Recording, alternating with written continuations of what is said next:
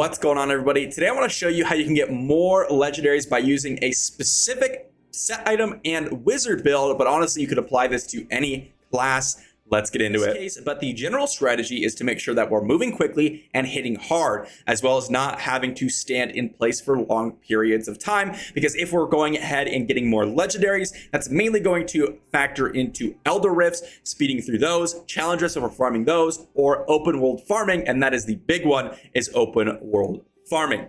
Now, once we go ahead and pick up our open world and all of our gear and all that stuff, for this build, we need to pick out our Paragon tree, and there's really two things I want to mention with this. First thing is obviously Treasure Hunter for open world farming. Picking up Treasure Find as well as Greed is going to increase your drop rate. But the second thing is max damage. Now, if you've not seen my previous video, I went for a max damage spec, specking out as much damage as I could possibly get, and then amplifying that with armor penetration to give us some extra damage when we crit. Oftentimes I'm running with a satyr, so this is going to help me in dungeons as well. But this is going to be really, really nice if you are open world farming, especially if you are running with a satyr, even in a group farm, because you're going to get value from armor pen as well. Max damage is going to allow us to hit hard, and then Treasure Hunter is going to get us more loot. So both are going to be very, very nice for this strategy. On top of that, we are going to go into the skills here and talk about all the skills we're using. Now I'm using Disintegrate, Scorch, Lightning Nova, and Teleport, followed up by Electrocute as my primary attack. There's a few other options that you could run. Instead of Scorch, you could run Ice Crystal, or you could run something like Meteor here. Problem with Ice Crystal is you're usually going to drop it and then cast Disintegrate on top of it. And if you've not seen another video I already made, you're going to do less damage with the Ice Crystal if you're refracting. And so oftentimes when you're running in circles, you can get people lined up anyways, and you're gonna get more damage out of your Disintegrate and your Scorch. And Scorch allows you to kind of keep on moving and just launch it out and keep on moving, which is very, very important. This is for today. Well, we are going to be running Crown of Arcane Truths. Now, this is a potentially one that you could swap out. So turn our Scorch into an arcane orb that's going to explode and expand its radius and deal more damage. It's really nice because you're going to run past enemies a lot, toss this backwards, and then kill off the enemies as you keep on going, or even in front of you. Then we have Alara's Fervor. It's going to give our Lightning Nova Burning Fire, which is really, really nice. Searing Judgment is going to also give our Disintegrate fire damage over time. Cavill's Grand Revelation is going to give our Disintegrate the ability to splash damage another enemy when you kill someone off. Then we're going to go with Entropic Edge for additional 10% damage on our Disintegrate. And then perhaps the most important item here, the Siphon, giving us a little bit of extra movement speed when we cast our Lightning Nova. So what does all this look like? Well, Disintegrate's going to have that Fire Beam. The Scorch is going to have that Arcane Explosion right there. That's going to expand and deal more damage. Lightning Nova is going to give us a little bit of extra movement speed. And then we're running Teleport here for the extra mobility. So with these 6-piece set items, we can run a couple of different sets here. And first off, we absolutely have to have a 2-piece Isitar.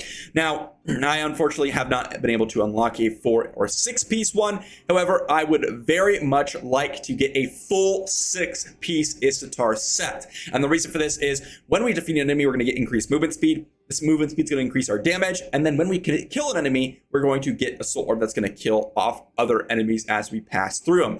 We could also go with a 4-piece Isitar and a 2-piece Windloft Perfection because we are ranged. Oftentimes, we are not going to take any damage, increasing our movement speed. Again, we really just want massive movement speed gains. Another potential option is the Grace of the Flagellant 2 or 4-piece set, or potentially even 6-piece set. And then you could also run a few other ones depending on your class. But those are the ones that we're going to be running today. Now, this is very, very nice to run. Again, Isitar is extremely important. And I go ahead and real quickly just showcase this build in a challenge rift. Now, oftentimes you're not going to be farming challenge rifts, but I just want to showcase the build and how fast you can move around. And then we'll hop to a farming location and why we're able to get more legendaries with this build. And the whole reason is we're just going to be able to kill more enemies per hour. So just starting off this challenge rift, we're going to run through it. And again, all we have to do is just kill off an enemy. And then oftentimes what happens is we'll run past the enemy, toss out our Scorch, and then blow it up, giving us a little bit of extra movement speed and just constantly keeping up our movement speed if we can get the chance to, again, just keep on spamming the abilities, getting out our movement speed, and then really just taking advantage of the full movement speed, which is really, really nice.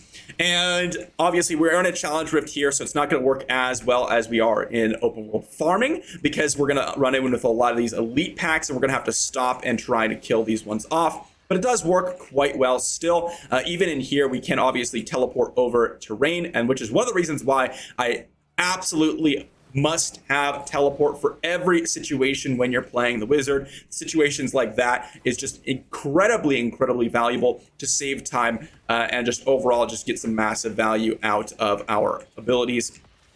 But again, you can see we're actually just crushing through this challenge rift extremely quickly, and mainly due to the fact that we are able to kill off the enemies and just keep on moving to the next pack extremely quickly. And one thing to note, that if you're using this potential scorch modification, you do need to not be channeling your disintegrate in order for you to proc the other part of it. So you can see here I can detonate it as soon as I want to or as late as I want to. And so if we are going to be using that, we do want to make sure that we are not channeling our disintegrate, so that we can get full value if we want to detonate it early, or we can just cast a little bit farther away like that. Now, it is important to note that if you are fighting a lot of bosses, you're going to lose a little bit of DPS. However, the time spent going through the Elder Rift or the Challenge Rift is going to save you a lot, especially for those Elder Rifts and open world farming. And if you're running with a party, oftentimes the only thing that matters is going to be the speed at which you farm, because you'll be able to detonate those yellows, those oranges, those types of things very quickly. You can see here 2-minute 15 Challenge Rift ran, which is very quickly done.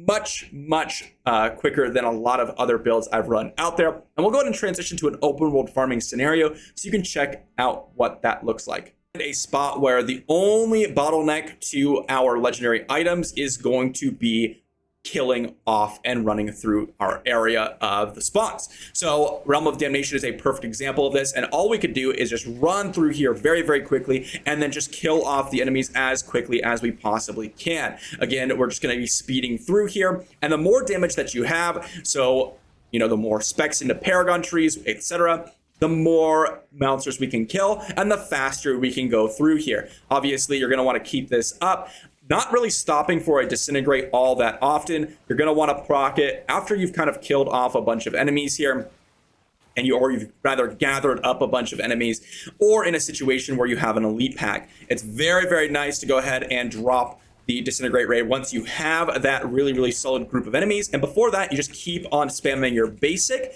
followed up with your scorch. This is going to be really nice. And again, you can swap out your scorch for, instead of running the channeling one, or rather the detonating one, you can run the simply ball of fire that does exist. The one that you have to detonate does require a little bit of extra micromanagement here, and so keep that in mind. Now, if you happen to have a party, this will be really nice for you to get some extra kills, because they can help you clean up some of the monsters behind you while you just continue on with your farm. And you can see here, this is one of the fastest times I've gotten to about 100 kill streak here with this build. And you can see everyone behind me. I did end up messing up their farm a little bit, so I apologize for that, but they could not keep up with my extremely quick build as well as my high damage. So that is how you're going to get more legendaries out of your open world grinding, is just making a massively mobile as well as high damage build that allows you to keep on moving while casting your abilities. It's very important that I mention that. Make sure you pick skills that can cast while moving. Lightning Nova allows you to get that big damage. Then you drop the Scorch and keep on moving. And then you just weave in your basic attacks.